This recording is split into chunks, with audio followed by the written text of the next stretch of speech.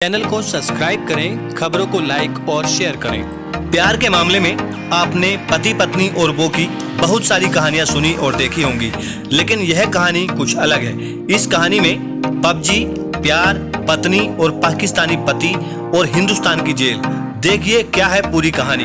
Bureau report, जय Hind media. हमारे Facebook page को भी फॉलो करें। भारत मीडिया से मैं हाथ जोड़ के अपील करता हूं कि मेरे बच्चों को मेरे हवाले करें। मैं मिस्कीन हूं। मैं सचिन से शादी करना चाहती हूँ। मुझे यहाँ रहना है, मुझे वापस नहीं जाना। हमारी शादी करा दे, हमारा घर बसे बस। पबजी गेम खेलते हुए पाकिस्तान की नागरिक सीमा गुलाम हैदर भारत के सचिन मीना को अपना दिल दे बैठी थी। ऑनलाइन गेम खेलते हुए दोनों का प्यार ऐसा परवान चढ़ा कि सीमा पार बच्चों के साथ बिना वीजा के सरहद लांघकर सचिन के पास पहुंच गई। लेकिन अब ये प्रेम कहानी पुलिस और भारतीय सुरक्षा एजेंसियों के जाल में उलझ गई है और दोनों को पुलिस ने गिरफ्तार कर लिया है। सरहद पार कर भारत पहुंची सीमा हैदर के ससुर और पति से भी बात की।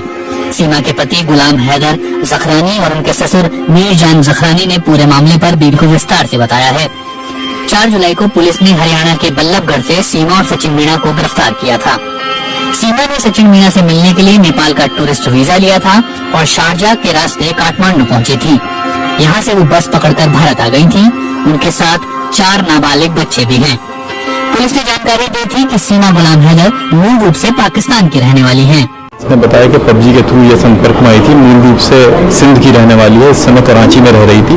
कराची से यूट्यूब की कुछ वीडियोस देख के कि यहाँ पे कैसे शिफ्ट किया जाए वो इसने देखी और वहाँ पे एक ट्रेवल एजेंट के माध्यम से इसने नेपाल का टिकट कराया और नेपाल से वाया बस ये यहाँ पे आई है सचिन से मिलने।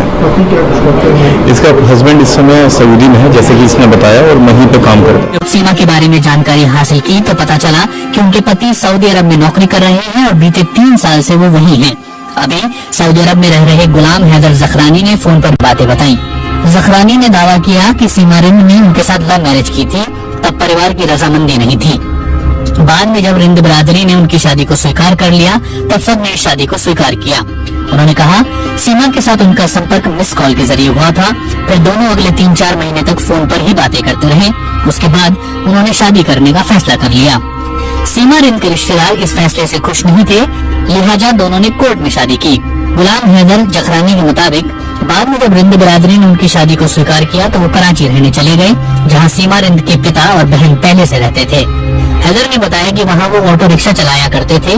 घर में गरीबी थी, लेकिन उन दोनों के बीच कोई झगड़ा नहीं था। उन्होंने बताया कि बाद में वो सऊदी अरब चले गए और वहाँ मजदूर के रूप में कड़ी मेहनत की और अपना घर बनाने के लिए घर पैसे भेजे। इस दौरान वो अपनी पत्नी से फोन पर बात करते रहे।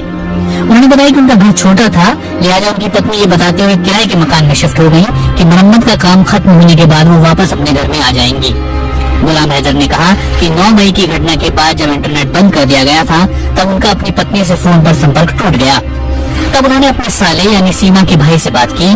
जब उनके साले सीमा के घर पहुंचे तो मकान मालिक से पता चला कि सीमा रिंद ये कहकर चली गई हैं कि वो अपने गांव में घर खरीदने जा रही हैं। उसके बाद से वो लौटी नहीं है। गुलाम हैदर के मुताबिक उनकी पत्नी ने घर बेच दिया और अपने साथ सभी ज्वेलरी और बच्चों को ले गई।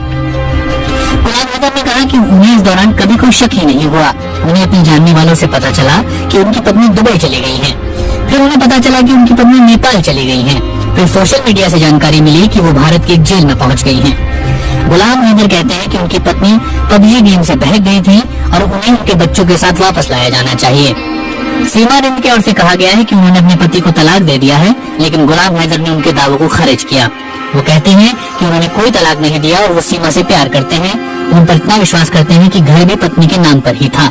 रियाज सोहेल को सीमा गुलाम हैदर के ससुर मीरजान जखरानी ने जैकोबाबाद से फोन पर बताया कि सीमा रिंद ने गुलाम हैदर जखरानी से शादी की थी। उन्होंने रियाज को बताया कि सीमा के रिश्तेदार उनके पड़ोस में रहते थे, जहां उनका बेटा इस लड़की से संपर्क में आया। इसके बाद वो उस लड़की के घर खैरपुर के कोट बंगलों पर गए और 2014 में उन दोनों की शादी हुई। मीरजान के मुताबिक उनके बेटे और बहू वहाँ से कराची चले गए, जहाँ उन्होंने अपना एक मकान खरीदा। उनका बेटा वहाँ रिक्शा चलाता था और दोनों खुश थे। फिर उनके बेटे को सऊदी अरब में नौकरी मिल गई तो वो 3 साल पहले वहाँ चला गया और तब से अब तक नहीं लौटा है। इस दौरान रिक्शा चलाने वाले सीमा के पिता उनके साथ रहते थे, लेकिन कुछ महीने पहले ही उनकी मौत हो गई। मीरजान ने बताया कि जब 9 मई को पाकिस्तान में इंटरनेट पर पाबंदी लगी तब से गुलाम हैदर अपनी पत्नी और बच्चों के संपर्क में नहीं है। यहाँ तक कि जब इंटरनेट सेवा बहाल की गई उसके बाद भी यही स्थिति बरकरार रही। तब गुलाम हैदर ने सीमा के भाई से बात कर उन्हें इसकी जानकारी दी कि उनका परिवार उनसे संपर्क में नहीं है। इधर मीरजान भी अपने बेटे के अनुरोध पर कराची गए।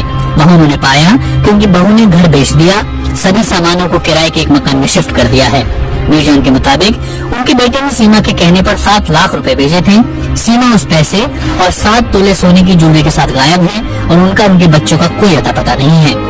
मीरजान ने अपने बहू और बच्चों की गुमशुदगी की शिकायत मालिर कैंट पुलिस थाने में दर्ज की। इस शिकायत में यह भी दर्ज कराया कि उनकी बहू ने हाल में किराए का मकान लिया था। मकान मालिक से कहा था कि वो घर खरीदने अपने गांव जा रही हैं और कुछ दिनों में लौट आएंगी। अपनी शिकायत में उन्होंने कहा कि इसकी पुष्टि के लिए उन्होंने गांव में बात भी की थी, लेकिन वो वहां भी मौजूद नहीं थी। पुलिस ने इस मामले में नॉन कॉग्निजेबल रिपोर्ट दर्ज की।